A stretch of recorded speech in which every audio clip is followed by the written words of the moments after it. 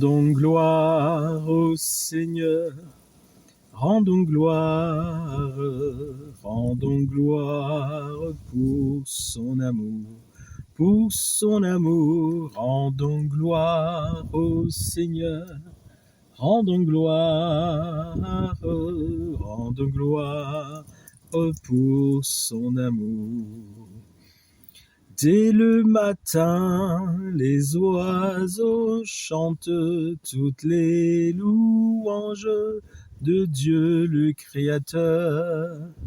Et toi, mon ami, pourquoi ne chantes-tu pas l'amour de Jésus ton Sauveur? Bonjour à tous, bonsoir à tous, bonjour à tous, comment allez-vous? J'espère que vous allez bien, en dépit de toutes les difficultés de la vie et de tout ce qui se passe dans le monde avec ce que Dieu nous avait déjà dit il y a plus de 2000 ans, notamment dans les évangiles. Vous entendrez parler de guerre, de bruit de guerre, une nation s'élèvera contre une nation.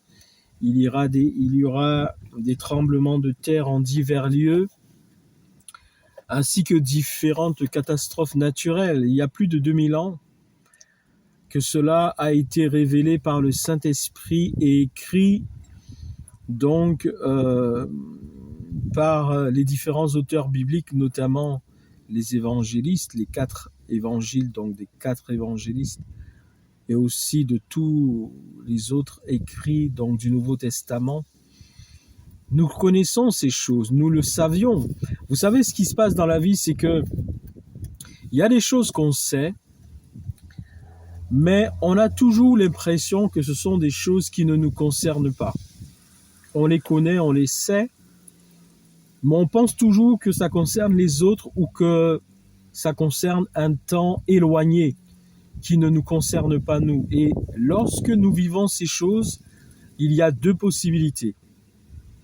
Quand ces choses se concrétisent, deviennent réelles dans notre vie ou à l'époque que nous vivons, soit nous sommes dans le déni, soit nous ne supportons pas ces choses-là, nous ne les acceptons pas parce que nous pensions que c'était pour les autres ou que que ça ne nous concerne pas à notre époque. Donc nous sommes soit dans le déni ou soit nous ne supportons pas les choses qui se passent, et donc ce qui peut engendrer notre abandon de la foi chrétienne, Alors, aujourd'hui, je vais vous parler pour vous encourager. Je voudrais encourager quelqu'un, une personne qui en ce moment trouve les portes fermées devant elle. Une personne qui trouve les portes fermées. Tout ce que vous faites, les portes sont fermées. Et vous êtes découragé et vous vous dites que Dieu vous a oublié, que Dieu ne vous aime pas, que Dieu bénit les autres mais qu'il ne vous bénit pas, que Dieu fait des différences. Dieu dit qu'il ne fait point acception de personne, qu'il nous aime tous de la même manière. Mais il fait ce qu'il veut, quand il veut, avec qui il veut, parce qu'il demeure le souverain. Mais là où vous devrez être rassurés, c'est que Dieu vous aime de la même manière qu'il aime tout le monde. Maintenant, il fait des choix par rapport à ses œuvres, à ses projets, à ses prophéties et à sa préscience. Il fait des choix sur la vie des gens. Mais l'amour qu'il porte aux uns et aux autres est identique. Il n'aime pas l'un plus que l'autre. Dans le fond, dans son fondement, lui qui est l'amour véritable, car son être tout entier c'est l'amour, Dieu aime tout le monde de la même manière. Ce sont les hommes qui n'aiment pas Dieu de la même manière. Et c'est pour ça qu'il nous faut bien toujours replacer les choses dans le bon sens. Dieu nous aime tous de la même manière. C'est nous les hommes qui ne l'aimons pas tous de la même manière. L'amour que nous portons à Dieu diffère entre un homme et un autre homme. Celui-ci aime Dieu plus que l'autre. Vous voyez, c'est nous qui n'aimons pas Dieu de la même manière. Mais lui, Dieu, il nous aime tous avec le même degré d'amour. C'est pour ça qu'il dit à un moment donné, je t'aime d'un amour éternel. C'est pourquoi je te conserve ma bonté. Notamment, je crois que c'est dans le prophète Jérémie. Dans le prophète Jérémie. De loin l'Éternel se montre à moi. Et il me dit, et il te dit aussi à toi, je t'aime d'un amour éternel. C'est pourquoi je te conserve ma bonté. Alors, je voudrais dire à quelqu'un qui trouve des portes fermées sur son chemin, que Dieu bénit aussi ses enfants par des portes fermées.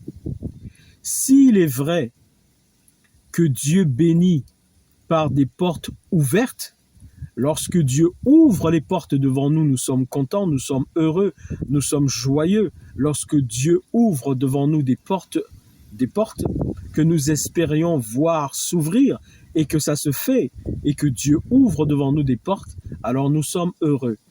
Mais je voudrais aussi vous dire, et je voudrais dire à quelqu'un, que Dieu nous bénit aussi par des portes fermées. Et lorsqu'il s'agit de portes fermées, c'est souvent pour nous garder, pour nous protéger d'un danger, du mal, de quelque chose d'horrible qui nous guette et qui nous menace. Alors Dieu va aussi fermer les portes. Il va aussi nous garder et nous protéger par des portes fermées. C'est pour ça que je voudrais dire à une personne, si vous marchez avec Dieu, vous faites la volonté de Dieu, vous marchez avec Dieu, vous êtes obéissant, parce que, pour rappel, ce qui plaît à Dieu, c'est l'obéissance. L'obéissance vaut mieux que tous les sacrifices. C'est pour ça, mes bien-aimés, enfants de Dieu ou personne, vous qui regardez ce message et qui ne connaissez pas Dieu, ce n'est pas le fait d'être très actif dans beaucoup de choses qui plaît à Dieu, non. Ce n'est pas le fait de donner beaucoup d'argent, d'être fidèle à toutes les réunions des églises, ou d'être présent dans beaucoup d'œuvres de bienfaisance ou des œuvres chrétiennes. Ce n'est pas ça, mes amis, qui plaît à Dieu. Vous savez, l'évangile, la bonne nouvelle du salut en Jésus, c'est vraiment de connaître Dieu. Car quand on connaît Dieu, on apprend à ce moment-là à marcher avec lui réellement dans ce qui lui plaît. Ce n'est pas le fait de faire beaucoup de choses qui plaît à Dieu, mes amis. Non. Et beaucoup de personnes se trompent à ce sujet, pensant que c'est parce qu'elles font beaucoup de choses qu'elles plaisent à Dieu. Non, mes amis. Ce qui plaît à Dieu avant tout, c'est l'obéissance. L'obéissance à sa parole, l'obéissance à sa volonté. Et c'est pour cela qu'une personne qui est très active, que ce soit dans sa communauté chrétienne ou dans beaucoup d'œuvres, ne plaît pas forcément à Dieu, car cette personne, tout en étant active dans sa communauté ou dans des œuvres, n'est peut-être pas obéissante dans sa vie quotidienne. Elle n'est peut-être pas soumise à Dieu, obéissante à Dieu, à sa volonté, à sa parole, à ses commandements, à ses exigences divines, à ses règles, à ses lois spirituelles. Et cette personne, même si elle fait beaucoup de choses, elle n'est pas forcément agréable à Dieu. Donc, mes amis, ne vous trompez pas. C'est pour ça, je rappelle ce verset où Dieu dira à certaines personnes qui lui diront: nous avons prêché en ton nom, nous avons chassé les démons en ton nom, nous avons fait des miracles et des guérisons en ton nom. Et Jésus pourtant leur dira: je ne vous ai jamais connus, ouvriers d'iniquité. Retirez-vous de moi, vous qui commettez l'iniquité. Allez dans le feu éternel qui a été préparé pour le diable et ses anges. Vous savez, mes amis, il faut que dans ces temps de la fin, à travers tout ce que vous pouvez entendre en termes de prédication, en termes d'enseignement, en termes de messages chrétiens, il faut vraiment désormais que vous recherchiez la saine doctrine. La saine doctrine. La saine doctrine, c'est ce qui va vous aider à marcher conformément à la volonté de Dieu. Parce que l'obéissance vaut mieux que tous les sacrifices. Vous pouvez apporter 10 000 € tous les mois au sein de votre communauté et pourtant vous n'êtes pas agréable à Dieu et Dieu ne vous regarde pas d'un œil favorable. Ce ne sont pas les 10 000 € que vous apportez tous les mois à votre communauté qui fait que vous êtes agréable à Dieu. Vous pouvez lui apporter ces 10 000 €, mais à côté de cela, vous méprisez, par exemple, vous méprisez les pasteurs, vous êtes toujours en train de dire du mal des pasteurs, vous apportez 10 000 € dans votre église, mais quand vous voyez quelqu'un dans la rue qui est réellement dans le besoin, vous ne lui donnez même pas un centime, ou alors si vous avez la possibilité de lui acheter même un sandwich, vous ne lui achetez pas ce sandwich, vous ne lui offrez pas ce sandwich. Mes amis, ce ne sont pas les 10 000 € que vous apportez tous les jours ou tous les dimanches ou tous les mois dans votre communauté qui fait que vous êtes agréable à Dieu. C'est dans votre vie chrétienne quotidienne que vous devez être une personne soumise à l'autorité de Dieu, à la parole de Dieu, à la volonté de Dieu. C'est ça qui fera que vous serez agréable à Dieu. Mais ce ne sont pas toutes les actions, toutes les œuvres et toute votre présence à toutes les réunions des églises qui feront que vous serez agréable à Dieu. C'était une petite aparté que je faisais parce que je crois que dans ces temps de la fin dans lesquels nous sommes, il faut vraiment revenir à la saine doctrine. Il faut vraiment que les enfants de Dieu, les chrétiens, puissent revenir à la saine doctrine. Et pour revenir à la saine doctrine, pour espérer voir un réveil dans ce monde, un réveil dans le monde chrétien, un réveil dans le monde, il faut que les chrétiens reviennent à la saine doctrine. Et en revenant à la saine doctrine, les chrétiens apprendront à faire l'œuvre de Dieu conformément à la volonté de Dieu, en étant soumis à Dieu, à son autorité, à sa volonté et à sa parole. Et le réveil se réalisera dans la vie des chrétiens. Et ce réveil qui se réalisera dans la vie des chrétiens embrasera ce monde pour gagner les âmes au royaume de Dieu. C'était une petite aparté donc, que je faisais en introduction. Et je reviens à mon sujet pour encourager quelqu'un, une personne, vous voyez les portes fermées devant vous. Tout ce que vous faites, les portes sont fermées. Pourtant, vous êtes un enfant de Dieu et vous ne vivez pas dans le péché. Vous ne vivez pas de manière volontaire dans le péché. Nous avons tous des failles et des imperfections, mais il y a des choses que nous faisons volontairement et nous savons que ça déplaît à Dieu. Je ne parle pas de ça. Donc, je parle de personnes. Vous ne vivez pas volontairement dans le péché, vous marchez avec Dieu, vous veillez à avoir une vie correcte devant Dieu et vous priez et les portes sont fermées devant vous. Les portes sont fermées, les portes sont fermées. Tout ce que vous faites, les portes sont fermées. Je voudrais vous encourager pour vous dire que si vous êtes dans ce cas-là, par ces portes fermées, en fait, Dieu est en train de vous protéger. Dieu est en train de vous garder. Dieu est en train de vous bénir parce qu'il est en train de vous préserver d'un malheur, d'une chose désagréable, d'un danger qui vous guette.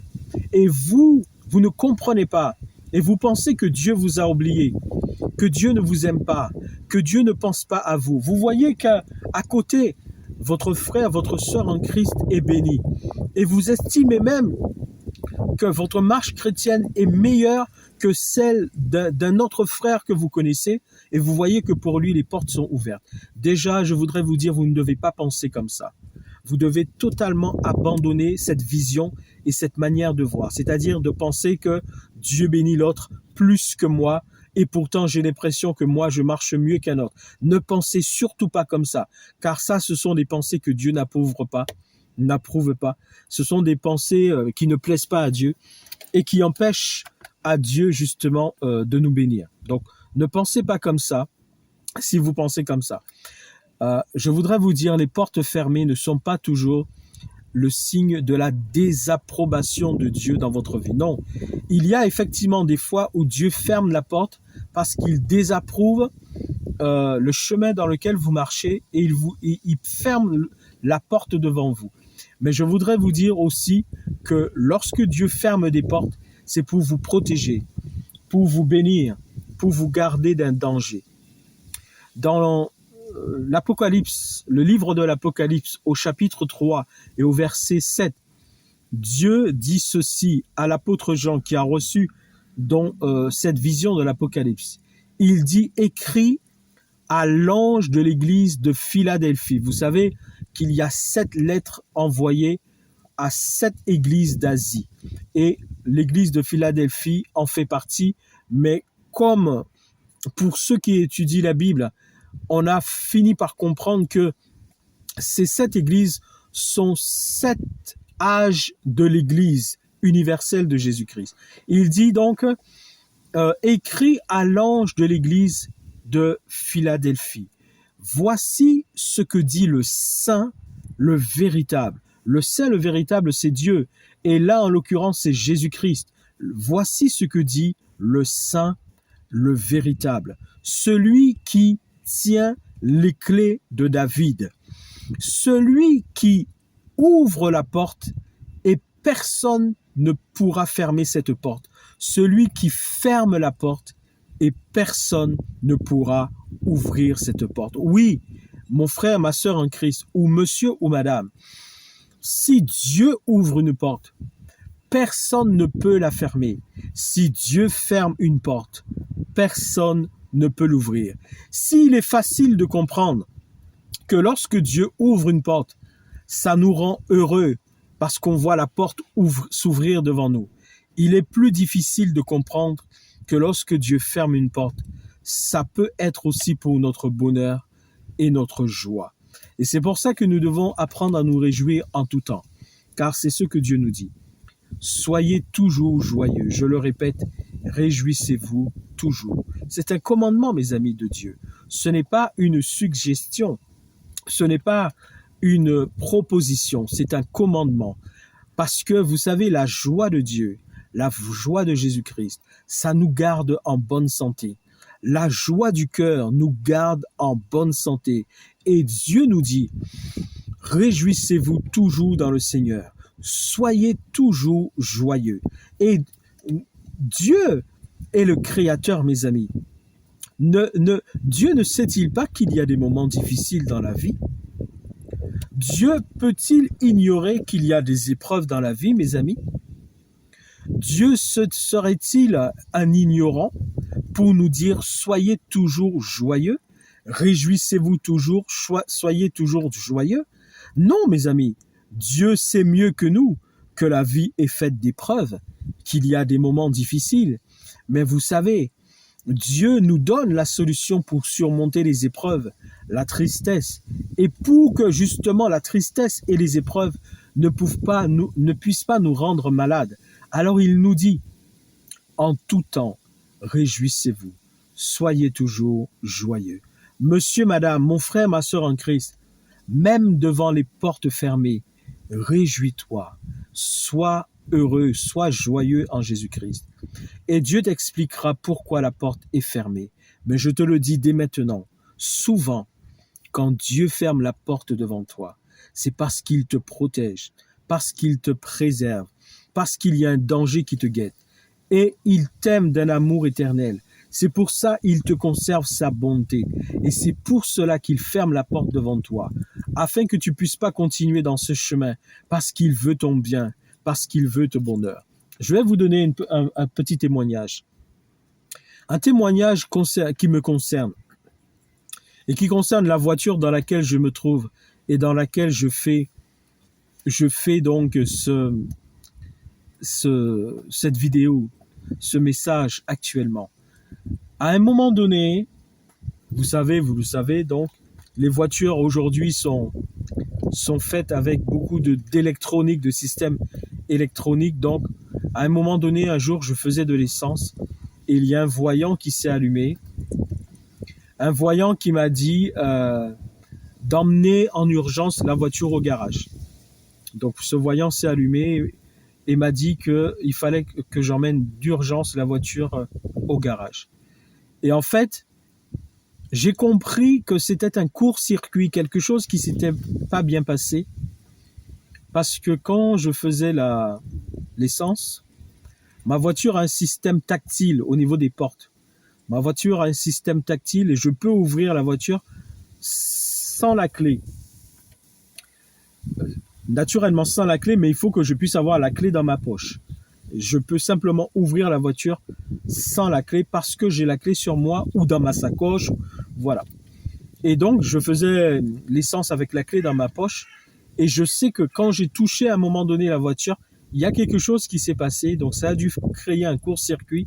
Quelque chose s'est mal passé dans le système électronique. Et quand après avoir fait l'essence et que je suis entré dans la voiture, tout de suite, j'ai eu un voyant qui me disait « Emmenez la voiture donc au garage ». Moi, je suis une personne qui ne panique pas face au danger. On a tous nos forces et nos faiblesses. Et moi, en fait, face au danger, je ne panique pas. C'est une grâce de Dieu dans ma vie. Je ne panique pas face au danger. Donc, je ne me suis pas précipité. Je ne me suis surtout pas précipité à aller au garage pour faire réparer la voiture. J'ai continué à rouler avec la voiture tranquillement. Et surtout, j'avais la conviction qu'il n'y avait aucun danger. Parce que ça aussi, c'est important. Dieu nous appelle à la sagesse et à l'intelligence. Si j'étais sûr qu'il y avait un danger, je serais allé au garage. Donc, je savais qu'il n'y avait pas de danger, que c'était juste, comme je vous disais, un court-circuit, quelque chose qui avait déclenché l'allumage de ce voyant et qu'en fait, il n'y avait pas de danger. Donc, je ne me suis pas précipité au garage et effectivement, j'ai continué à rouler avec la voiture comme ça. Et je peux vous avouer que j'ai roulé avec la voiture comme ça au moins pendant 2 ans. Pendant 2 ans, c'est uniquement quand je mettais le contact de la voiture, quand je démarrais la voiture, ce voyant s'allumait pour me dire « emmenez la voiture au garage ». Mais comme je savais qu'il n'y avait pas de danger, donc je roulais avec la voiture et je n'avais aucun souci. Je n'avais aucun souci, aucun problème. Pendant 2 ans, j'ai roulé comme ça. Mais la date pour que je fasse mon contrôle technique arrivait. La date du contrôle technique arrivait. Après 2 ans où j'ai roulé comme ça avec la voiture, la date du contrôle technique est arrivée. Donc là maintenant, pour le contrôle technique, si je vais au contrôle technique comme ça, il est évident que mon contrôle technique, il ne sera pas validé. Donc là, je suis obligé de m'occuper de la voiture par rapport à ce voyant qui s'allume. Et je vais vous dire, mes amis, j'ai fait toutes sortes de choses pour essayer de résoudre ce problème. J'ai fait toutes sortes de choses. J'ai acheté vous savez, on appelle ça les valises. Les valises, quand vous avez chez le garagiste a une valise où il branche, donc au niveau de la voiture, et ça lui permet donc de détecter les problèmes. Ça fait un diagnostic et il sait où est-ce qu'il y a telle panne dans la voiture. Et il y a des valises qu'on peut acheter. Il y a toutes sortes de valises qu'on peut acheter. Donc moi, j'en ai acheté une, vraiment pas les choses des garagistes, ça coûte très cher. J'ai acheté ceux que les particuliers peuvent acheter, des toutes petites, c'est comme un téléphone portable, une toute petite valise, et vous pouvez vous le brancher comme le fait le mécanicien. Comme ça vous montre exactement où est la panne dans la voiture. J'ai acheté ça coûte pas très cher, 30-40 euros. J'ai acheté ça, j'ai branché dans la voiture. Ça ne m'a jamais dit où était la panne dans la voiture, pardon. Ensuite, j'ai prospecté toutes sortes de garagistes par rapport à la voiture. J'ai prospecté toutes sortes de garagistes jusqu'à ce que j'aille chez un garagiste qui a branché sa valise. Et je vais vous dire quelque chose. Il y a au moins 2 ans en arrière, j'avais changé la batterie de ma voiture.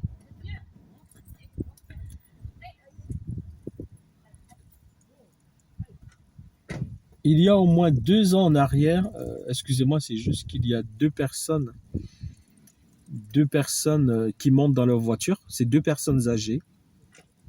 2 femmes âgées. C'est 2 femmes âgées.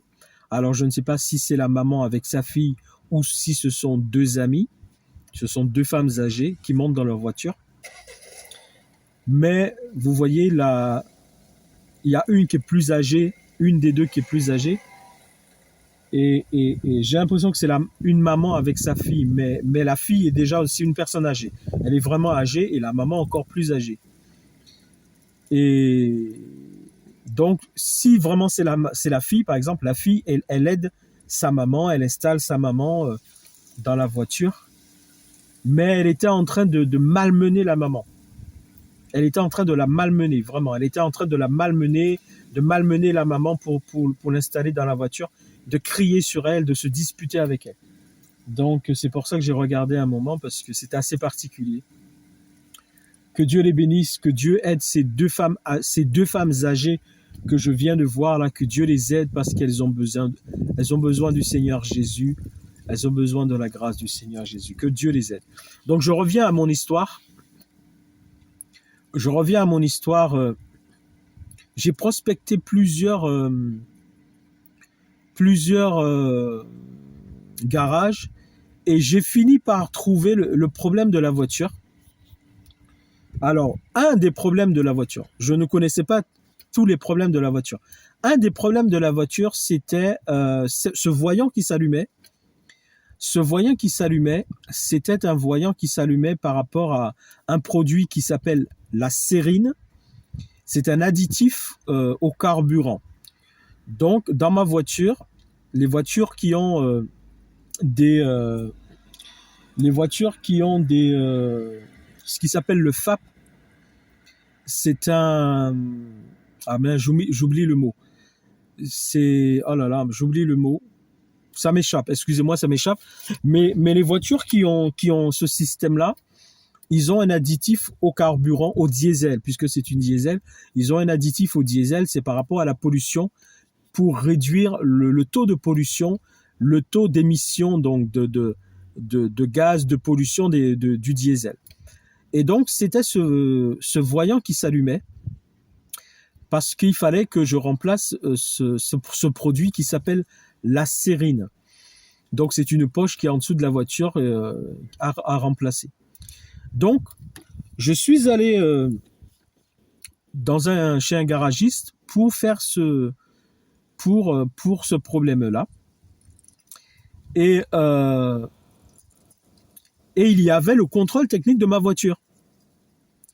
Donc, je suis allé chez ce garagiste dans le but de faire... C'était le même jour où j'avais le contrôle technique, c'est le même jour que j'ai pris le rendez-vous avec le garagiste très tôt le matin, le premier rendez-vous chez le garagiste, pour ensuite aller au contrôle technique, puisque j'avais aussi un rendez-vous à une heure précise au contrôle technique. Donc, je suis allé très tôt chez le garagiste pour qu'il me fasse ce problème-là, pour qu'il me remplace ce qui s'appelle la sérine, pour que j'aille ensuite, mes amis, pour que j'aille au contrôle technique, pour que mon contrôle technique se passe bien, qu'il n'y ait plus donc ce voyant qui s'allume et que mon contrôle technique soit validé.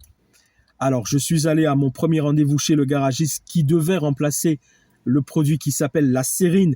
Et ensuite, une fois qu'il remplace la sérine, il met tout à jour et donc le voyant qui s'allumait s'éteint, tout ça. Et donc, comme ça, je pourrais tout de suite ensuite aller à mon rendez-vous pour le contrôle technique. Mais ce n'est pas du tout ce qui s'est passé. Je suis allé à mon contrôle, je suis allé donc au rendez-vous pour le remplacement de la sérine. Et la première chose déjà, c'est qu'il a branché sa valise. Et vous savez ce qui s'est passé. Vous voyez que Dieu est grand, mes amis. Dieu est grand. C'est pour ça, réjouissez-vous toujours dans le Seigneur.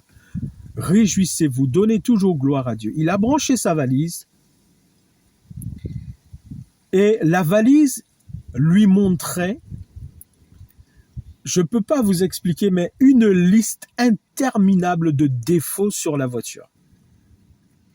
Une liste interminable de défauts sur la voiture. Et pourquoi, en fait, il y avait eu cette liste interminable de défauts qui s'allumaient sur la voiture, au niveau de la valise? C'est parce que au moins un an et demi plus tôt, j'avais eu un problème avec la batterie, j'avais changé la batterie. Mais quand vous changez la batterie, parce que les voitures électroniques aujourd'hui, elles sont faites pour que vous alliez au garage au moindre souci que vous rencontrez. C'est ça le business des constructeurs aujourd'hui, c'est de faire des voitures où la moindre chose que vous avez, vous allez au garage. Donc, j'avais changé la batterie parce que la batterie m'avait largué, j'avais changé la batterie moi-même, j'avais fait ça moi-même, débrancher une batterie, changer une batterie. Mais le fait d'avoir débranché cette batterie et de l'avoir changée, il y avait en fait une mise à jour à faire ensuite. Et comme cette mise à jour n'avait pas été faite puisque c'est moi-même qui avais changé ma batterie, en fait, comme cette mise à jour n'avait pas été faite, quand un garagiste il branche sa valise au niveau du diagnostic, il voit une liste interminable de défauts qui apparaissent sur la voiture. Mes amis, Dieu est bon. Dieu est bon, mes amis. Et vous allez comprendre pourquoi. Donc, il a branché sa valise, il a vu ça. Mais heureusement, et ça, c'est Dieu qui a conduit ça, il a compris. Sans même m'avoir demandé est-ce que j'avais changé la batterie, quand il est revenu après, il m'a dit est-ce que vous aviez changé votre batterie? Et je lui dis effectivement, j'avais changé ma batterie, ça remonte peut-être à 1 an et demi à peu près. Il me dit effectivement, il me sort la longue liste des défauts qui apparaissait au niveau du diagnostic de la voiture, mais comme il avait compris que c'était ça qui avait généré cette longue liste des défauts, il les a tous effacés. Il a effacé tous ces défauts qui apparaissaient parce que, en fait, dans la réalité, la voiture n'avait pas de problème, il n'y avait pas de problème. En dehors du problème de la sérine, il n'y avait pas de problème. Donc, il les a tous effacés simplement avec sa valise, sans me faire payer quoi que ce soit, parce qu'il avait compris, c'est le fait que j'avais changé ma batterie qui avait généré cette longue liste de défauts, mais que dans la réalité, il n'y avait pas de défauts. Ça, c'est une première chose. Ensuite, il me dit que pour la sérine, malheureusement, il peut pas faire ce qu'il faut parce qu'il doit commander le produit. Il n'a pas le produit au moment où j'ai le rendez-vous avec lui. Donc, c'est un produit qu'il doit commander. Donc, ça s'arrête là. C'est-à-dire, il a fait le diagnostic. Il y a eu une longue liste de défauts interminables qui est apparue. J'ai le dossier chez moi. Ça, je sais plus combien de pages que ça fait. Au moins 5-6 pages. Mais il a effacé tous les défauts. Mais il n'a pas pu remplacer la sérine parce qu'il devait commander le produit.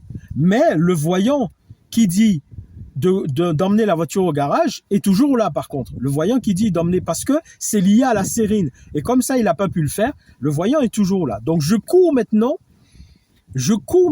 à mon rendez-vous pour le contrôle technique.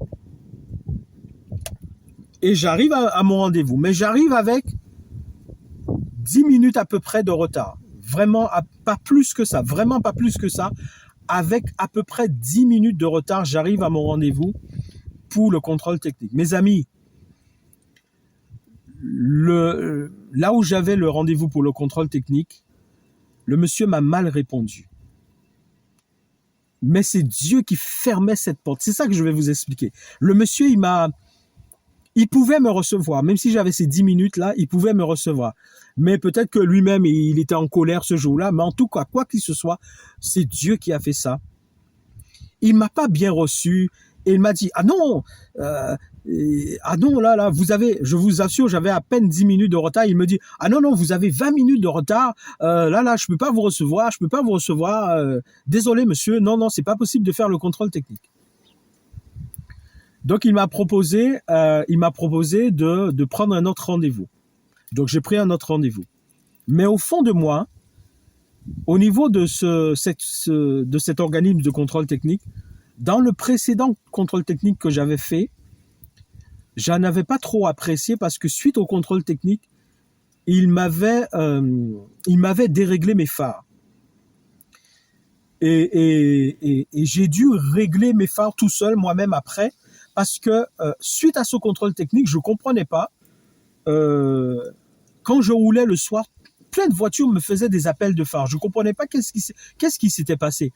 Je sors des contrôles techniques où le contrôle technique avait été validé, mais le soir quand je roulais, plein de voitures, camions et voitures me faisaient des appels de phare. Et surtout, j'avais été à Paris parce que moi j'habite Toulouse en France et j'avais été à Paris tout de suite après ce contrôle technique là, ce précédent contrôle technique là, et les voitures, donc Paris c'est au moins 6 à 7 heures de route par donc l'autoroute, et les voitures les camions, les voitures me faisaient des appels de phare. Je comprenais pas qu'est-ce qui s'était passé jusqu'à ce que je comprenne que c'est mes phares qui étaient déréglés, et c'est dans ce contrôle technique qu'ils avaient déréglé mes phares. Donc j'avais déjà, par rapport à cet organisme de contrôle technique, j'avais déjà certaines appréhensions et je me posais la question, je me disais, je n'irai plus faire mon contrôle technique chez eux parce qu'ils m'avaient déréglé les phares et j'avais plus confiance dans cette structure du contrôle technique. Donc j'avais réglé à nouveau mes phares et tout était entré dans l'ordre. J'ai réglé mes phares, donc tout était normal, j'avais plus de voitures ou de camions qui me faisaient donc d'appels de phare. Donc déjà j'avais des appréhensions pour refaire le contrôle technique chez eux. Mais bon, cette structure est juste à 2 pas de ma maison. J'avais repris le rendez-vous chez eux. Donc quand je suis allé avec mes 10 minutes de retard, après être sorti chez le premier garagiste qui m'avait effacé tout, il m'avait effacé tous les voyants, tout ce qui apparaissait comme des défauts, il me l'a tout effacé, mais il n'a pas pu effacer le voyant qui concerne la sérine, parce qu'il n'a pas pu faire la sérine. J'arrive pour le contrôle technique, le monsieur me reçoit mal et il me dit qu'il ne peut pas me faire le contrôle technique, j'ai 20 minutes de retard. Oh, je vous assure, j'avais à peine pas plus de 10 minutes de retard. Et donc, c'était une porte fermée devant moi. Je vais vous dire, la première porte fermée que j'ai trouvée, c'était le fait que j'avais un rendez-vous chez un garagiste, je suis allé à mon rendez-vous, pour qu'il remplace la sérine, mais il n'a pas pu le faire. C'était la première porte fermée. La deuxième porte fermée, j'arrive à mon contrôle technique, le monsieur me reçoit mal et il me dit je suis obligé de vous redonner un rendez-vous, je ne vous fais pas le contrôle technique. C'était déjà 2 portes fermées. Mais dans cette même journée, ce que j'ai fait, pour trouver des rendez-vous, c'est pas évident. J'ai cherché par la grâce du Seigneur Jésus. Et le Seigneur Jésus m'a permis de trouver un autre organisme de contrôle technique dans la même journée, mes amis. Ce qui est vraiment très rare. Ce qui est des fois mission impossible. Donc, surtout à Toulouse, là.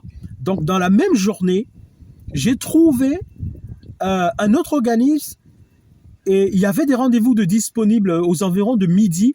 Et j'ai pris de suite le rendez-vous et je suis allé à ce deuxième rendez-vous chez un autre contrôleur technique. Et dites-vous, mes amis, j'avais 2 portes fermées devant moi. La première, le premier garagiste n'a pas pu remplacer la sérine. Deuxième porte fermée, le contrôle technique, il ne me fait pas le contrôle technique, il m'oblige à prendre un autre rendez-vous. Je cherche rapidement, est-ce qu'il y a d'autres contrôleurs techniques chez qui je peux faire le contrôle dans la journée? Je trouve des horaires disponibles chez d'autres contrôleurs. Je prends de suite le rendez-vous et je vais à ce rendez-vous. Et mes amis, écoutez bien, malgré le fait que j'avais le voyant qui s'allumait, qui disait « Conduisez la voiture au garage pour réparation », malgré le fait que j'avais ce voyant qui s'allumait, mes amis, mon contrôle technique a été validé. J'avais juste une chose à faire, une seule chose que j'avais à faire, ça c'est normal. J'avais une contre-visite pour les freins arrière. Donc ça c'est normal, il faut le faire. J'ai été changer les freins arrière. Mais mon contrôle technique a été validé malgré le fait que j'avais toujours le voyant qui s'allumait pour dire emmener la voiture en réparation chez un garagiste. Malgré le fait que, mes amis, c'est un miracle parce que quand vous avez un voyant qui s'allume comme ça, normalement, il est impossible que votre contrôle technique soit validé, mes amis. C'est impossible. Et pourtant, chez cet autre contrôleur technique, mon contrôle technique a été validé. Mais je vais vous expliquer, mes amis. Je vais vous expliquer. Vous savez comment Dieu est bon? Le premier rendez-vous que j'avais pris chez le premier garagiste dans le but de changer la sérine, qu'il n'a pas pu faire parce qu'il n'avait pas le produit. Mais ce premier rendez-vous, mes amis, Dieu l'a utilisé pour effacer tous les défauts qui apparaissaient. Parce que, mes amis, si je n'avais pas eu ce premier rendez-vous-là et que le premier garagiste ne m'avait pas effacé tous les défauts qui apparaissaient dans la voiture, cette fois-ci, vous pouvez être sûr que le contrôle technique n'aurait pas été validé.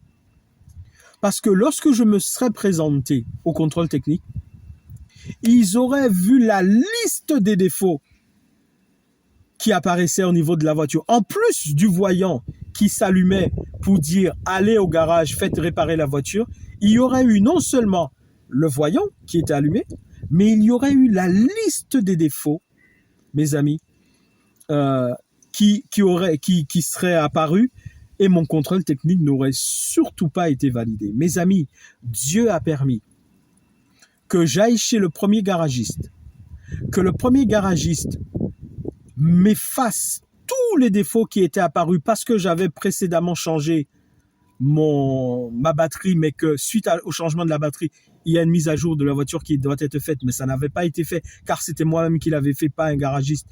Et cette liste des défauts apparaissait, mais le premier garagiste chez qui j'ai été, au jour du rendez-vous du contrôle technique, il m'a effacé tous les défauts, mes amis. Ça, c'était une première chose. Et je vais vous expliquer.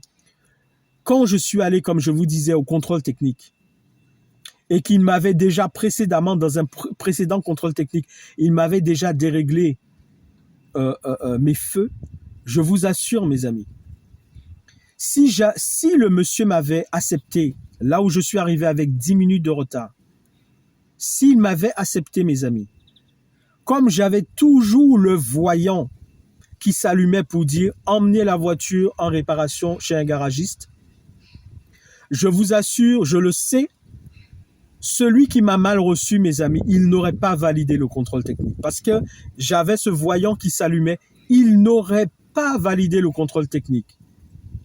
Mes amis, Dieu est grand, Dieu est bon, Dieu contrôle tout. Dieu a permis que le premier garagiste m'efface tous les défauts qui étaient apparus au niveau de la voiture. Parce qu'il a compris qu'en fait, qu'il n'y avait pas de défaut. C'était juste la batterie que j'avais changée qui avait fait ça. Et qu'il suffisait qu'il efface avec sa valise. Il a effacé tous les défauts. Et quand je suis allé au contrôle technique, l'autre ne m'a pas reçu parce qu'il ne fallait pas qu'il me reçoive. Parce que s'il m'avait reçu, il ne m'aurait pas validé le contrôle technique. Et Dieu a permis que je trouve un autre contrôleur dans la même journée qui, lui, malgré le voyant qui s'allumait, il m'a validé le contrôle technique. Mes amis, parce que la main de Dieu était là. Et vous voyez, je suis arrivé devant 2 portes fermées. La première porte fermée, c'est qu'il n'avait pas pu me changer la sérine parce qu'il fallait qu'il commande la sérine. Mais c'était pourtant le jour du contrôle technique. Et la deuxième porte fermée, c'est le contrôleur technique qui ne m'a pas reçu parce qu'il a estimé que j'étais trop en retard.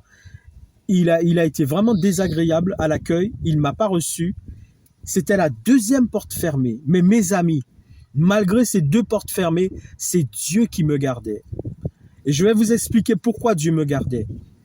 Dieu m'a gardé même chez le premier garagiste qui n'a pas pu changer la sérine. Je vais vous expliquer pourquoi. C'était une porte fermée même pour la sérine qui devait être changée chez le premier garagiste. C'était même une porte fermée, mes amis. Dieu a utilisé ce garagiste pour qu'il efface tous les défauts, mais il n'a pas permis que ce garagiste s'occupe de la sérine parce que c'est pas ce qui devait se faire, mes amis. Donc, il a fermé la porte chez le garagiste qui devait s'occuper de la sérine parce qu'il n'avait pas le produit. C'était une porte fermée. Quand je suis allé au contrôle technique, la porte était fermée. Le monsieur m'a mal reçu. Il n'a pas fait le contrôle technique. C'était une porte fermée parce qu'il ne m'aurait pas validé le contrôle technique. Et c'est l'autre contrôleur que j'ai trouvé dans la journée qui m'a validé le contrôle technique, mes amis. J'avais 2 portes fermées. Malgré le voyant s'allumait pour me dire « Emmenez la voiture en réparation », le deuxième contrôleur technique, il m'a juste demandé, ce qui était normal, de changer mes plaquettes de frein, ce que j'ai fait, et il m'a validé le contrôle technique. Et au moment où il m'a validé le contrôle technique, j'avais toujours le voyant qui s'allumait pour dire « Emmenez la voiture au garage ». Mes amis, gloire soit rendue à Dieu. J'avais 2 portes fermées devant moi, mais ces 2 portes fermées, c'était la bénédiction de Dieu pour me garder, me protéger. Parce que, premièrement, le premier garagiste, ce n'est pas chez lui que je devais aller pour cette histoire de sérine. Donc la porte était fermée chez lui, il n'a pas pu me faire la sérine, mais il a pu m'effacer tous les défauts qui apparaissaient sur la voiture. Donc Dieu l'a utilisé pour m'effacer tous les défauts, mais il n'a pas pu s'occuper de la sérine. Donc pour la sérine, c'était la première porte fermée. Le contrôleur technique avec qui j'avais rendez-vous le même jour m'a pas reçu, c'était la deuxième porte fermée parce que ce n'était pas ce contrôleur technique qui devait me faire le contrôle technique, c'était un autre qui devait me le faire. Et l'autre, Dieu a permis que malgré le voyant s'allumait pour dire « Emmenez la voiture en réparation », lui, en dehors de ce qu'il m'avait demandé de faire, il m'a validé le contrôle technique malgré le fait que j'avais ce voyant qui s'allumait. Ça fait que je me suis retrouvé devant 2 portes fermées et mon contrôle technique a pu être validé au nom de Jésus-Christ de Nazareth. Vous voyez mes amis, même si vous avez des portes qui se ferment devant vous, il y a des raisons. Et si c'est Dieu qui les ferme pour vous, c'est la bénédiction de l'Éternel qui enrichit et qui n'est point suivie de chagrin. Mais mon histoire n'est pas finie. Mon contrôle technique a pu être validé malgré le fait que 2 portes étaient fermées devant moi. Mais j'avais toujours le problème de la sérine à changer sur la voiture. Donc maintenant, je reprends un rendez-vous avec le premier garagiste qui n'avait pas le produit et qui avait qui me disait qu'il fallait qu'il commande le produit. C'est pour ça qu'il n'avait pas pu me faire cette réparation. Je prends rendez-vous avec lui. Et d'ailleurs, ce rendez-vous, je l'ai pris en sortant du contrôle technique qui était validé. En sortant du contrôle technique validé. Je vais chez ce garagiste, je prends rendez-vous avec lui dans le but qu'il me change la sérine. Alors, avant de prendre rendez-vous avec lui, j'avais prospecté, mes amis, je ne sais pas combien de garagistes. Au moins 5 garagistes. Et tous me donnaient la même réponse, c'est que cette réparation-là, eux, ils ne le faisaient pas. Ils ne faisaient pas cette réparation. J'avais prospecté au moins 5 garagistes. Donc là encore, c'était des portes fermées, mes amis.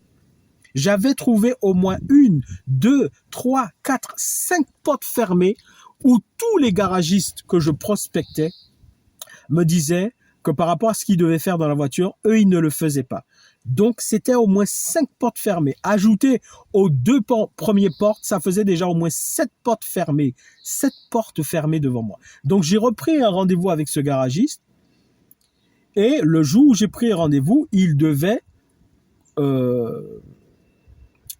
commander le produit. Donc, c'est ce qui s'est fait. Je vais au rendez-vous, mes amis. Donc, je vous dis, ça fait déjà au moins 5 portes fermées devant moi avec ce problème-là. Mais mon contrôle technique est validé entre-temps au nom de Jésus-Christ de Nazareth. Mais j'ai toujours ce problème de sérine avec toujours ce problème de voyant qui s'allume. J'ai pris rendez-vous. Je vais à mon rendez-vous. J'arrive à mon rendez-vous pour que le garagiste s'occupe de ce produit, de cette sérine. Il monte la voiture sur son pont, il fait ce qu'il faut. Et au moment, mes amis, de faire la réparation, il revient vers moi et il me dit non, il ne fera pas la réparation parce que il y a une pompe qui doit être changée aussi. Et comme il n'a pas la pompe, la première fois, il n'avait pas le produit. Donc, il n'avait pas pu le faire. La deuxième fois, il commande le produit, je viens au rendez-vous, il fait monter la voiture sur le pont pour faire sa réparation et il me fait pas, la deuxième fois à nouveau, il ne me fait pas la réparation. Il me dit parce qu'il y a un autre truc qui devrait changer et il n'a pas la pièce et il n'aura pas cette pièce-là. Donc je vous dis, j'étais déjà au moins à 7 portes fermées. J'en arrive à la 8e porte fermée, mes amis. Mes amis, les portes fermées ne sont pas toujours la malédiction. Au contraire, les portes fermées sont pour... lorsqu'il s'agit de Dieu qui ferme devant vous une porte, c'est la bénédiction de l'Éternel qui enrichit et il ne la fait suivre d'aucun chagrin. Donc j'arrive, là c'est encore une 8e porte fermée devant moi, mes amis. Alors qu'il est en train de faire ce qu'il faut pour réparer, il arrête, il me dit, je ne ferai pas ce que je devais faire pour vous parce qu'il y a une pompe dans le boîtier, là où se trouve, là où on doit mettre le produit de la sérine. Il y a aussi une pompe. Il faudrait que je change cette pompe et je n'ai pas cette pompe-là et je ne pourrai pas la voir. Mes amis, je me trouve encore devant une 8e porte fermée et je reste encore avec mon problème, avec donc la voiture qui a toujours ce voyant qui s'allume.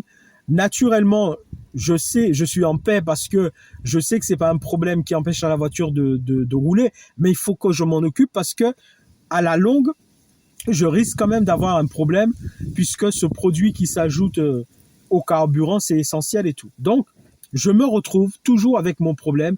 Mon contrôle technique est validé. Dieu a béni pour que mon contrôle technique soit validé. Mais j'ai toujours le problème du voyant de la voiture. Et ce rendez-vous que j'avais, ça tombe à l'eau. Le monsieur, en pleine réparation, il me dit, il ne le fait pas parce qu'il y a quelque chose d'autre qu'il devrait faire et il ne pourra pas le faire. Ça fait au moins 8 portes fermées devant moi, mes amis. Je finis par aller chez le concessionnaire, c'est-à-dire le constructeur de la voiture. Si par exemple vous avez une Toyota, vous allez chez Toyota. Si vous avez une Peugeot, vous allez chez Peugeot. Si vous avez une Renault, vous allez chez Renault. Donc ça, c'est vraiment le concessionnaire, le fabricant de votre voiture. Donc là, je vais vraiment chez le concessionnaire de ma voiture, c'est-à-dire Peugeot. Moi, j'ai une Peugeot, je vais à Peugeot. Peugeot me garde la voiture, ils doivent garder la voiture pour faire le diagnostic. Et mes amis, vous savez pourquoi la porte était fermée devant moi? Vous savez pourquoi Dieu n'a jamais permis qu'auprès de aucun garagiste, je ne puisse, on ne puisse me changer ce qui s'appelle la sérine de la voiture? Parce que ce n'était pas ça seulement qu'il fallait faire. J'avais tout un boîtier de fusibles qui était défectueux. Et si on m'avait changé que la sérine sans le boîtier des fusibles qui étaient défectueux, mes amis, je serais toujours resté avec mon problème. Mon problème serait réapparu. Peut-être que pendant 1 mois, 2 mois, le voyant se serait allumé, mais plus tard, je me serais retrouvé avec le même problème. Et mes amis, pourquoi Dieu avait fermé toutes ces portes-là? C'est qu'il fallait que j'aille au bon endroit, au bon moment, c'est-à-dire chez vraiment le concessionnaire, parce que c'est le concessionnaire qui, lui, c'est le fabricant de la voiture, a pu faire le bon diagnostic final.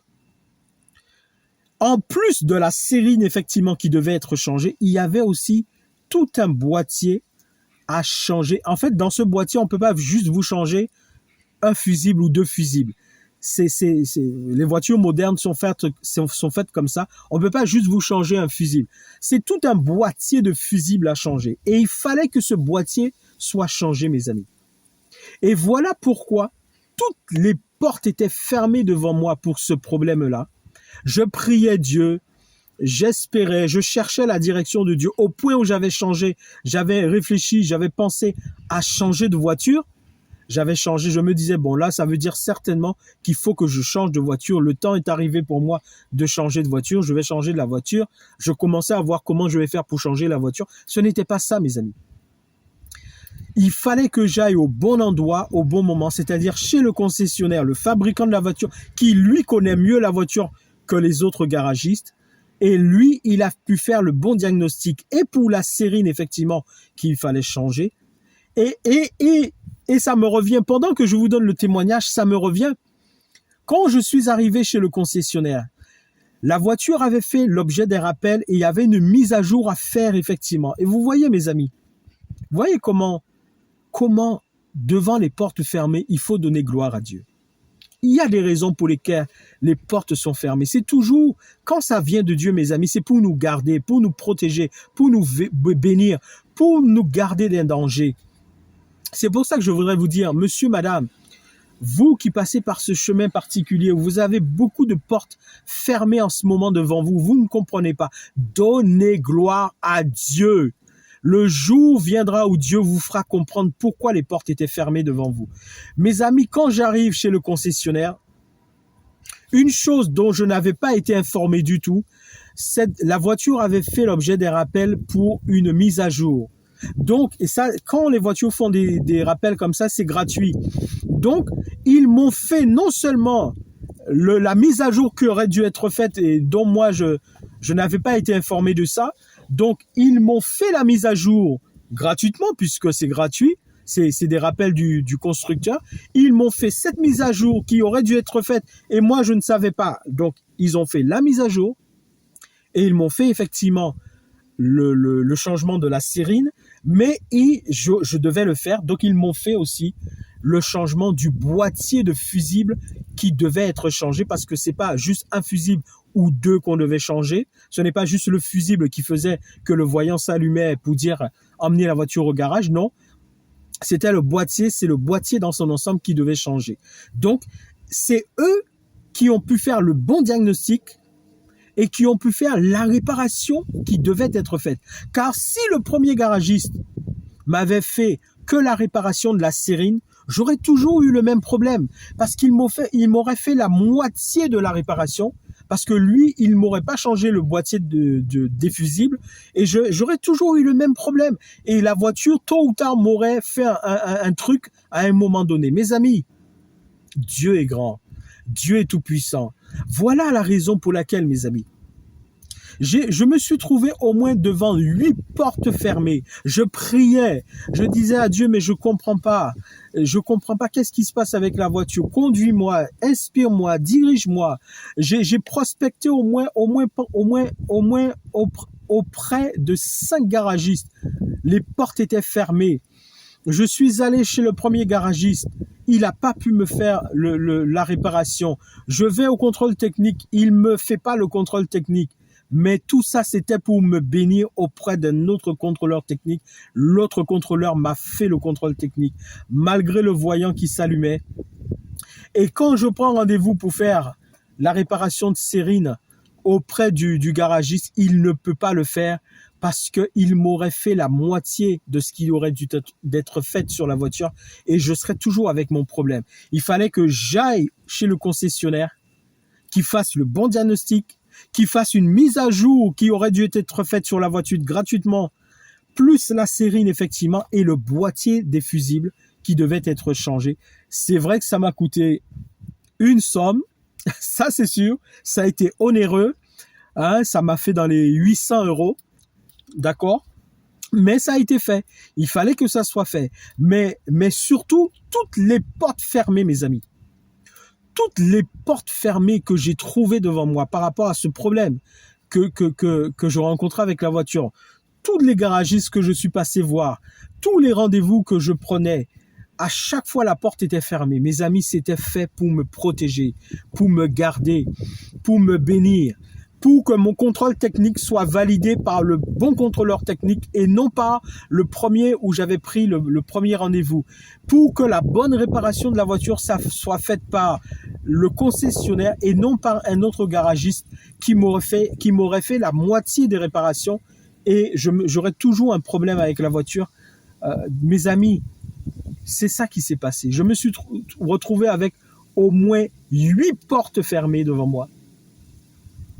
Mais ces portes fermées, c'était pour que Dieu me garde, qu'il me bénisse, pour que la bonne réparation soit faite au bon endroit, au bon moment, par le bon garagiste, c'est-à-dire le concessionnaire Peugeot lui-même, qui devait faire cette réparation pour moi. Mes amis, devant les portes fermées, rendez gloire à Dieu. Je me suis retrouvé devant au moins 8 portes fermées.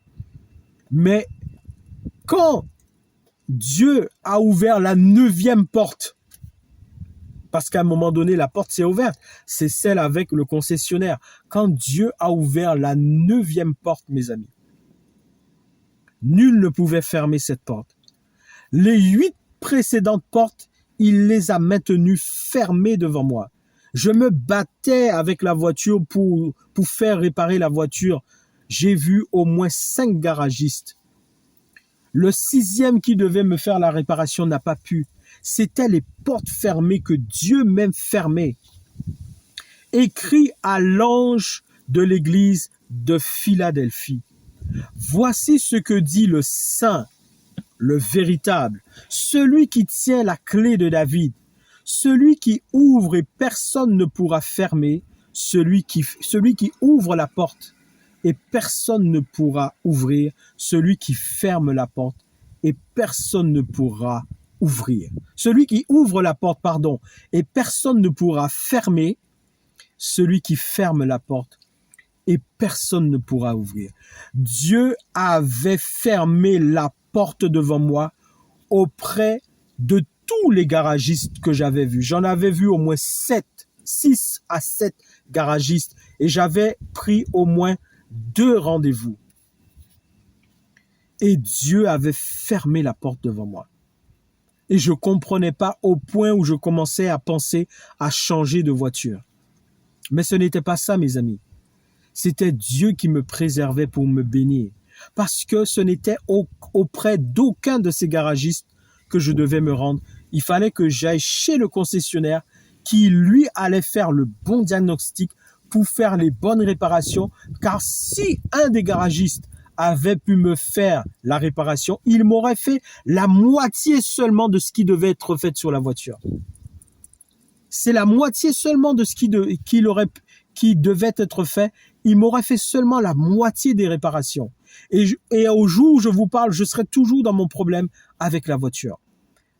Voilà pourquoi Dieu a fermé devant moi les portes. Et partout où je passais, tous les rendez-vous que je passais, ça marchait pas. Je n'arrivais pas. Les portes étaient fermées. Je pensais à changer de voiture parce que les portes étaient fermées. Je n'arrivais pas à m'occuper à faire la réparation que je devais faire au niveau de la voiture. Mais quand Dieu a ouvert la 9e porte qui était la bonne, mes amis, que nul ne pouvait fermer, non seulement j'ai bénéficié de cette mise à jour gratuite qui aurait dû être faite par rappel du constructeur, et là j'ai eu la bonne réparation, c'est-à-dire la sérine effectivement qui devait être faite et le boîtier de fusible qui devait être changé et qui a été changé.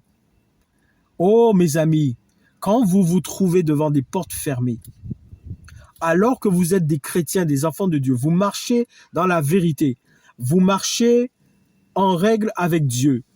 Votre vie n'est pas une vie de péché volontaire. Vous menez une vie correcte devant Dieu. Et pourtant, vous vous trouvez face à des portes fermées. Mes amis, ne levez pas le poing devant Dieu. Bénissez Dieu. Donnez gloire à Dieu. Laissez-le vous conduire. Il vous conduira pour vous faire comprendre pourquoi les portes étaient fermées. Et il vous ouvrira la bonne porte au bon moment afin que la bénédiction qui enrichit et qui n'est point suivie de chagrin puisse vous être accordée. Et c'est ce que j'ai vécu, mes amis. C'est vraiment ce que j'ai vécu. Et je vais vous donner un dernier témoignage. Je vais essayer de le faire très court. D'un miracle de Dieu. Toujours avec la voiture. Mes amis, je suis parti récemment en vacances. Et là aussi, je suis parti assez loin. Le trajet me faisait 4 heures de route par l'autoroute. 4 heures de route. Mes amis, je suis parti donc 4 heures de route par l'autoroute. Et lorsque je suis pratiquement arrivé à ma destination, là où je suis parti pour passer mes vacances, la voiture, donc ça c'est autre chose, dans l'habitacle, au niveau du tableau de bord de la voiture a commencé à faire un bruit très fort, c'est-à-dire à l'intérieur. Vous entendez vraiment à l'intérieur du tableau de bord. C'est comme s'il y a un truc, on ne sait pas. C'est comme s'il y a un court-circuit, c'est comme s'il y a quelque chose qui est cassé. On ne sait pas ce que c'est, mais c'est un bruit qui s'arrête pas. C'est très fort, donc vous avez le bruit dans l'habitacle. Quand vous ralentissez, le bruit il diminue, et si vous vous arrêtez, le bruit s'estompe. Mais dès que vous repartez, le bruit recommence, et plus vous allez vite, et sur l'autoroute, on peut la limitation de la vitesse sur l'autoroute, c'est 130 km/h. Plus vous allez vite, et plus le bruit sera fort. Donc c'était vraiment, là vous êtes enfermé, parce que sur l'autoroute, en général, vous fermez toutes vos vitres et tout, et vous êtes enfermé dans la voiture, dans l'habitacle, et il y a ce bruit terrible qui se fait, et au niveau du tableau de bord de la voiture, dans l'habitacle, vous êtes sur l'autoroute, vous avez ce bruit qui se fait. Vous ne savez pas ce que c'est. Mes amis, face aux difficultés, ne paniquez pas. C'est pour ça que je vous dis, moi je suis une personne face aux épreuves, face aux dangers, face aux attaques des ténèbres. Je ne panique pas. C'est une grâce que Dieu m'a faite. C'est vraiment une grâce. C'est une grâce que Dieu m'a faite. Je ne panique pas. Vous avez des gens, la moindre chose, ils paniquent, ils sursautent, ils courent, ils commencent à s'arracher les cheveux. La moindre chose, le moindre petit grain de quoi que ce soit, ils vont paniquer.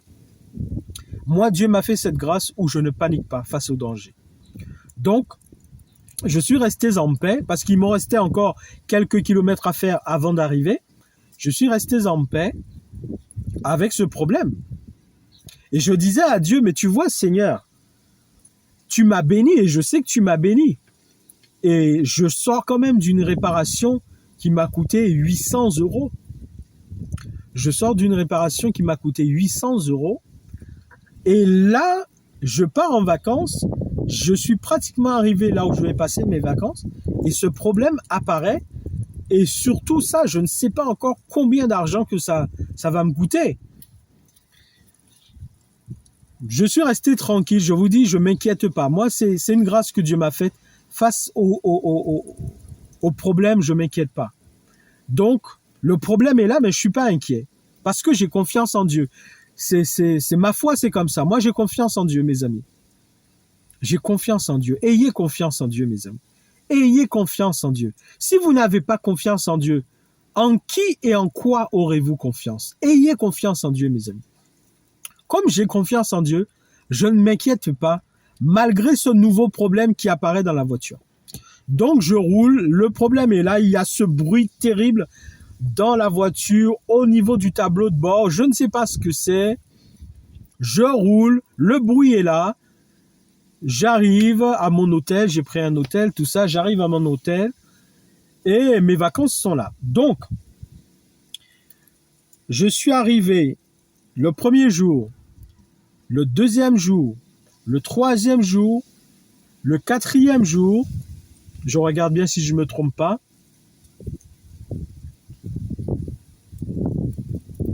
le cinquième jour. Pendant 5 jours, je suis dans mes vacances, je suis dans mes vacances, mais j'ai ce problème.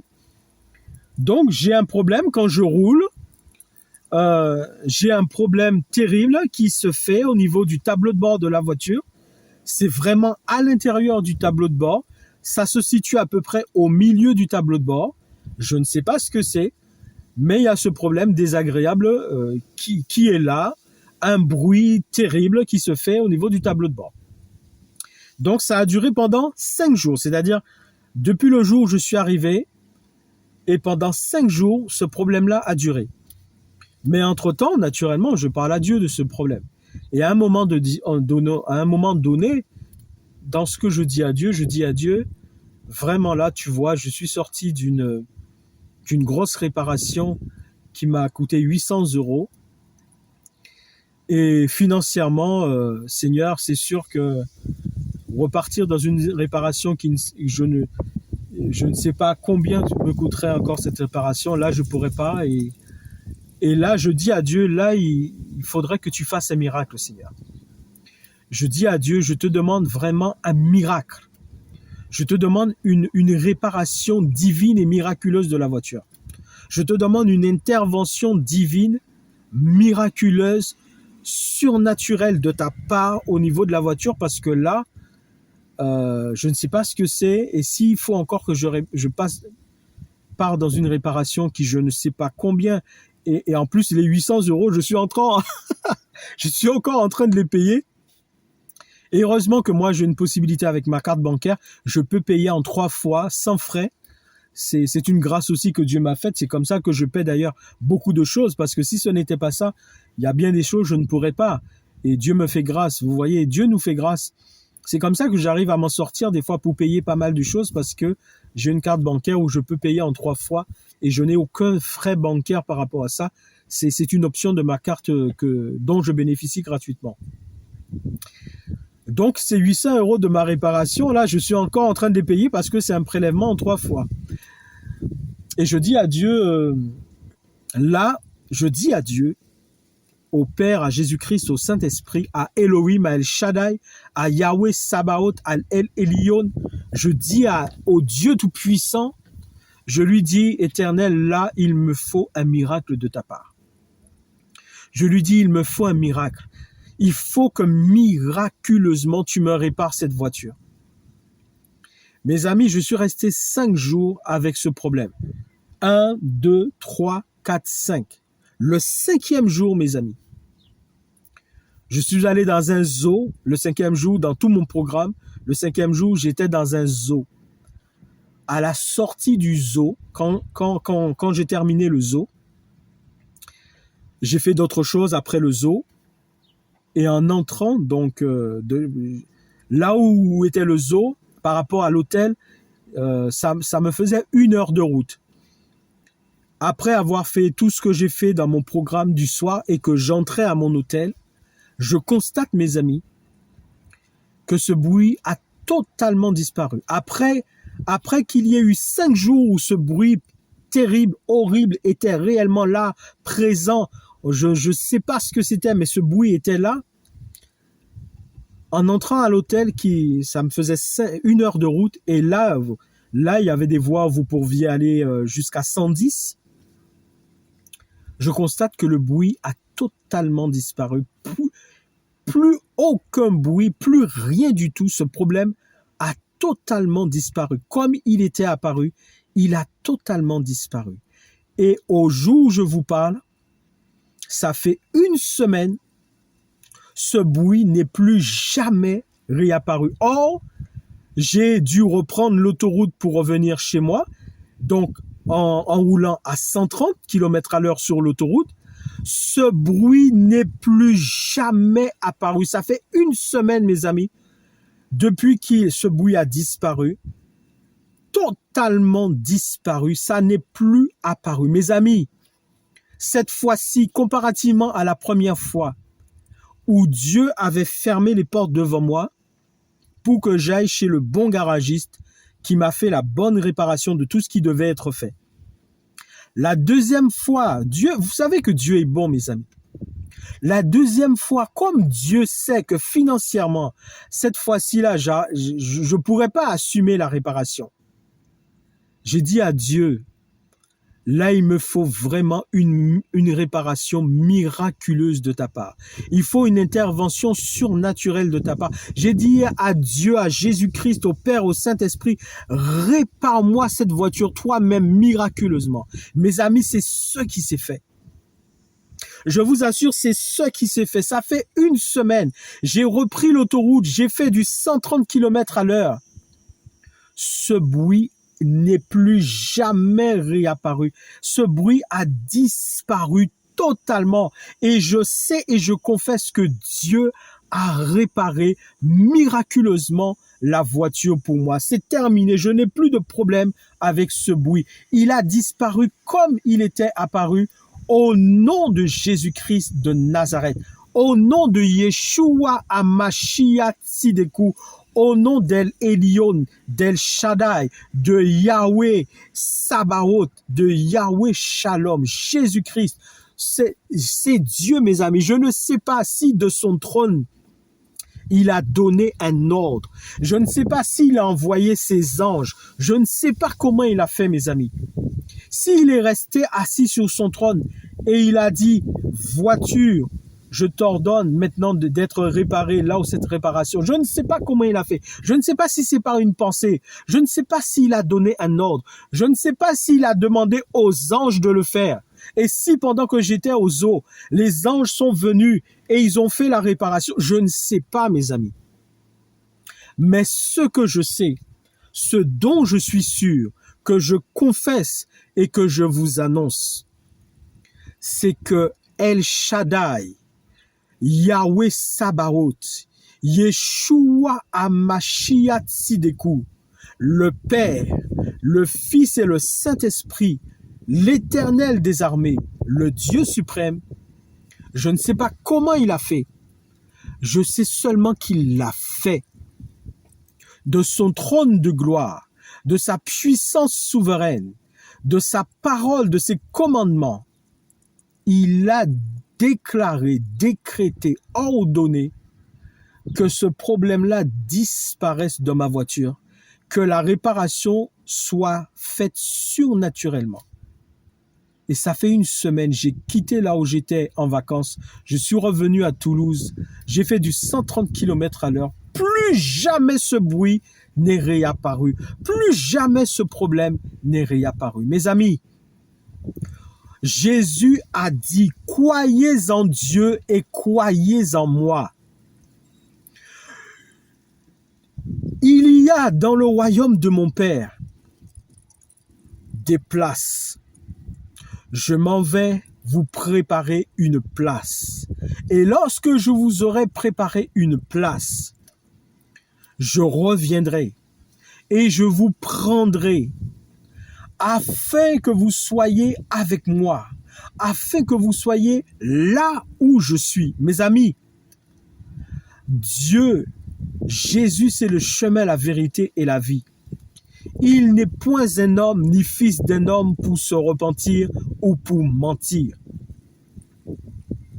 Mes amis, n'écoutez pas les mensonges des ténèbres qui circulent partout sur les réseaux sociaux avec toutes sortes de faux enseignants et de serviteurs des ténèbres qui vous annoncent que la Bible n'est pas la vérité, que Jésus n'a jamais existé ou que Jésus n'est pas la vérité, qu'il n'est pas Dieu, qu'il n'est pas le Fils de Dieu, qu'il n'a pas donné sa vie à la croix pour nous sauver par son sacrifice. Mes amis, n'écoutez pas ces mensonges. N'écoutez pas ces mensonges des ténèbres. Vous en avez même certains, ils vous annoncent clairement qu'ils sont des engagés des ténèbres. Ils vous annoncent qu'ils sont au service des esprits des ténèbres. Ils viennent contredire Dieu, ils viennent contredire la Bible, ils viennent contredire la parole de Dieu. Oh, que Dieu leur fasse grâce si c'est encore possible, afin qu'ils trouvent la lumière qui est Jésus-Christ. Mais n'écoutez pas leurs mensonges, n'écoutez pas leur voix, n'écoutez pas leurs mensonges, n'écoutez pas leur fausse doctrine. Mes amis, au commencement était la parole, et la parole était avec Dieu, et la parole était Dieu. Et rien de ce qui a été fait n'a été fait sans la parole. Et tout a été fait par la parole, et tout subsiste par la parole de Dieu, et tout demeure dans la parole. Cette parole qui a été faite chair, c'est Jésus-Christ. Ce Dieu-là, il est le Père, il est Jésus-Christ et il est le Saint-Esprit. Mes amis, croyez en Dieu. Placez votre confiance en Dieu. Dieu nous dit malheur à l'homme qui prend la chair pour appui et qui place sa confiance dans l'homme. Malheur à celui qui place sa confiance dans l'homme et qui prend la chair pour appui. Mais béni soit l'homme qui place sa confiance dans l'Éternel. Mes amis, croyez en Dieu. Faites confiance à Dieu. Même si vous avez des portes qui se ferment devant vous, continuez à glorifier Dieu, à lui faire confiance. Il vous fera comprendre pourquoi les portes ont été fermées devant vous. Mais dites-vous que lorsqu'il ouvrira la porte, nul ne pourra la fermer devant vous. Et si vous vous trouvez dans une situation où il est impossible pour vous de répondre à un besoin, parce que vraiment vous n'avez pas les moyens, c'est impossible pour vous, souvenez-vous qu'à Dieu tout est possible. À Dieu tout est possible. À Dieu tout est possible. Il a permis que la première fois que je puisse payer la facture des 800 €. Mais la deuxième fois, il savait très bien que financièrement, je n'avais pas les moyens. Cette fois-ci, lorsque je lui ai dit cette fois-ci, tu dois faire un miracle pour réparer la voiture pour moi. Mes amis, il l'a fait. Je ne sais pas comment, mais il est la parole. Et c'est par sa parole. Je ne sais pas s'il a demandé aux anges de le faire. Je ne sais pas si c'est lui-même de son trône. Je n'en sais rien. Il ne m'a pas dit comment il s'y est pris. Il m'a juste fait constater. J'ai pris ton problème en main. Je m'en suis occupé. J'ai réparé ta voiture. N'as-tu pas constaté que le bruit a disparu? N'as-tu pas constaté que même quand tu as pris l'autoroute, il n'y a plus jamais eu de bruit et que désormais ta voiture ne fait plus ce bruit? Oui, Seigneur Jésus, je l'ai constaté. Oui, Père, je l'ai constaté. Oui, Saint-Esprit, je l'ai constaté. C'est pour ça que je te rends gloire. C'est pour ça que je rends ce témoignage à ta gloire, pour que ceux qui sont découragés puissent reprendre confiance en toi et te donner gloire et réussir à faire ce que tu nous dis. Réjouissez-vous toujours dans le Seigneur. Soyez toujours joyeux, car Dieu s'occupe de nos problèmes. Dieu prend souci de nous, mes amis, et il s'occupe de nos difficultés, de nos problèmes et de nos épreuves. Que Dieu vous bénisse, que Dieu nous bénisse ensemble. Mais je vous supplie, ne cessez jamais de faire confiance à Dieu. Ne cessez jamais de faire confiance à Dieu. Faites confiance à Dieu. Il ne vous décevra jamais. Que Dieu vous bénisse, que Dieu nous bénisse ensemble. À très bientôt. Au nom de Jésus-Christ de Nazareth. Et je vais juste dire, monsieur, madame, si vous n'avez pas encore reçu Jésus dans votre vie, acceptez à l'instant même Jésus-Christ comme votre Sauveur et votre Seigneur. Dites seulement, Seigneur Jésus, je te demande pardon pour tous mes péchés. Merci de m'accorder ton pardon. Je te reçois comme mon Sauveur et comme mon Seigneur. Désormais, je t'appartiens. Apprends-moi à faire ta volonté tous les jours de ma vie. Merci Seigneur Jésus-Christ. Amen.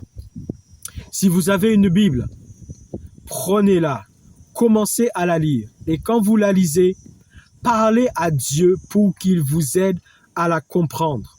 Si vous n'en avez pas une, procurez-vous-en une le plus rapidement possible et lisez-la. Et priez Jésus-Christ pour qu'il vous montre une communauté chrétienne où vous allez pouvoir vous réunir à d'autres chrétiens pour vivre votre vie chrétienne. Que Dieu vous bénisse, que Dieu nous bénisse ensemble. À très bientôt. Au nom de Jésus-Christ. Au nom de